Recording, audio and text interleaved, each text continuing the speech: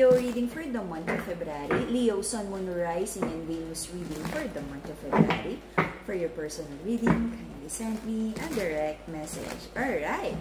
Kamusta mga Leo? Kamusta? May isang pag-ibig na gustong i-offer sa past person. Remind ko lang uli kayo before we start na hindi ako magme-message sa inyo isa-isa. So mag-ingat sa mga nagdo-door-to-door dyan because if you're ready to have your personal reading, just send me a direct message. At ang palatandaan na nag-iisa at legit na account natin ng Mystic Siren, isa lang po ang fina-follow ko, which is yung backup account natin na kay Angeles 11. Alright, Leo. Leo, Sun, Moon, Rising, and Venus for the month of February. Anong meron para sa mga Leo? Kamusta ang puso? Kamusta ang negosyo? 3 more shuffles for the Leo. Negosyo, pag-ibig, buhay. Anong meron para sa mga Leo this February? Guidance, please. Guidance, please.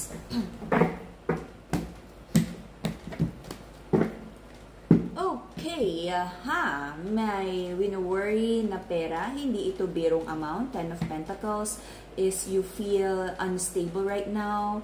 It's either hindi mo nare-reach yung full potential ng negosyo or maraming gastos, maraming pinaglalaanan, maraming responsibilidad. Right now, you're trying to step back at analyze, no, kung negosyo to, parang tinitingnan mo yung financial sheet mo. If this is like yung regular na paycheck to paycheck, tinitingnan mo saan malaki yung gasto, saan nagkakamali. Okay. Whew, if ever, no, na meron ka rin gustong kausapin tungkol sa finances na to. Kung bakit nagkakaganto, bakit nagkukulang, bakit anong nangyayari sa pera, okay? Sanay ka doon sa energy of financial stability. Nalulungkot ka kung ano man yung mga challenges na pinagdaanan. Sabi mo sana magkaroon na ng new beginning. I don't know kung parang medyo because of yung mga financial challenges, baka naapektuhan din yung family, kung dati is, alam mo yun, splurge talaga. But sabi mo is, i-reclaim mo yung victory na yan para kung ano yung kaya mong ibigay sa family tulad dati, ay maibalik mo yung ganong klaseng lifestyle. Okay? You're trying to find the balance, pero nahihirapan ka pa rin, no? Ino-overthink mo pa rin, parang binibigyan mo ng, eto kasi yan, maaayos pa rin yan, nagkakaroon ka ng self-talk. Pero kahit anong gawin mo, kahit nakikita mo, kahit alam mo sa sarili mo na ginagawan mo naman ng solusyon, nag-worry ka pa din. Okay? For mental clarity and connection with the divine, amethyst crystal. Okay? You need this. Okay? If you have your amethyst, i-cleanse mo, and yeah. Okay? So, lahat ng crystals natin, high quality, bless, cleanse, and ritualize para enlighten, guide. May orasyon, may dasal ang ating crystals. Okay? So, there's an energy of sadness. You're trying to move forward sa certain situation ng buhay mo, pero parang hindi ka maka-walk away. You feel stuck, no? Sa isang bagay na nakakapagpasaya sa'yo, but right now, you feel sad about it, at hindi ka maka-move forward. Marami kang questions. You're trying to find the wisdom sa isang situation. I don't know kung nagkakaroon ngayon ng mga legal cases sa'yo. May court case ba? May dayaan ba na nangyari? Na-betray ka ba? Okay? For some of you, may mga ganong inaayos na court case. For some of you, you're trying to find the wisdom bakit nagkaroon ng unfair situation sa pagsasama. For some of you din, may inaayos na lang kasi talagang sobrang toxic na nung pagsasama. I don't know kung yung iba ay like nag-uusap na lang para sa bata or kung ano man. Okay? May itinatamang situation na yung iba, extremes, kailangan ng court, ng batas, ng, di ba, na i-involve ang police kung sino man. But for some of you, this is like itinatama yung mga mali para magkaroon lang ng maayos na energy. Alam mo yung wish fulfillment mo, but for now, you feel so betrayed dun sa energy na gustong-gusto mo. Okay? May isang soulmate connection na nakatanggap ka ng bad news or wala kang good news na natatanggap.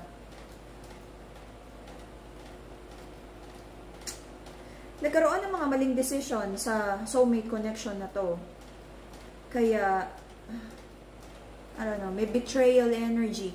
But at some point in your life, nakita mo ito as your wish fulfillment. Let's see. But I don't see any movement.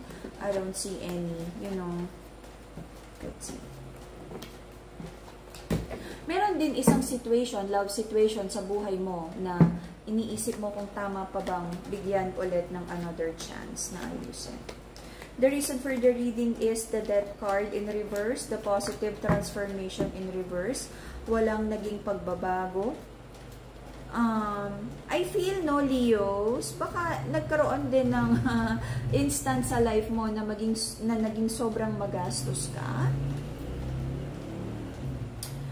For the masculine here, for some of you, may nakikita akong like, may Queen of Pentacles at isang babaeng tinatago. It could be like a third party, third energy, hang up sa past, or side chick energy.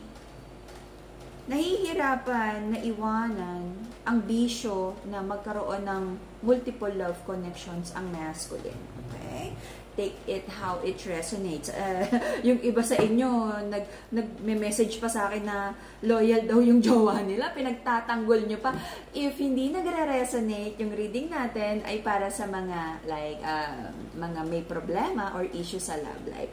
Kung happy ka naman, mali ka ng pinapanood na zodiac because ito ay guidance sa mga may problema or issue sa love life. Okay? Sana all loyal ang jowa. Okay. The reason for the reading, the recent past, you're losing passion sa isang bagay na dating sobrang excited kang gawin. Minsan din nararamdaman mo na parang you're losing passion sa trabaho, sa life. Parang tumatamlay ang energy. You want to step back. At meron ka talagang gustong balikan na love or passionate connection. Pero ayaw mong magmadali. Gusto mong pag-isipang mabuti. Meron kang pinagpe-pray na sana mahanap mo na yung totoong pag-ibig para sa'yo. Or like magkaroon ka ng wisdom kung eto na ba talaga ang tamang pag-ibig para sa'yo. Okay? Because you feel trapped sa isang pag-ibig na hindi mo ma-let go. Right now, sabi mo, siguro nagkaroon din ng chapter sa life mo where you've given so much. So right now, sabi mo is magdadamot ka muna ng pagmamahal, ng atensyon, no? Hindi ka basta-basta muna magbibigay, mag-i-invest sa kahit sino kasi parang nadala ka, no? Na-hurt ka sa isang past situation sa life mo. Okay? Natatakot ka rin na if this current love connection mag-all-in ka ba? Or meron ka ba talagang dapat kausapin na someone from your past? Or meron ka ba talagang gusto pang hanapin na someone sa future mo? Baka naman there's someone better somewhere out there. Your person right here is moving forward, going towards ng victory niya. Pwede rin like nag-heal, nag-travel, moving forward. And manifesting lahat ng good things in life. Okay? So, yung person mo is like, mas nagpo-focus naman sa self-growth, self-love, and career. Meron kang fear and doubt to make a big decision sa life mo. Okay. I feel until the end of April, there would be lies. Lies about love connection. Yung masculine sa connection na to, meron siyang gustong feminine. The Queen of Wands is the seductress energy. Magandang babae. Seductive. Charming. Matalino. May pangarap sa buhay. This is the energy of a queen na inaalagaan ng kanyang sarili.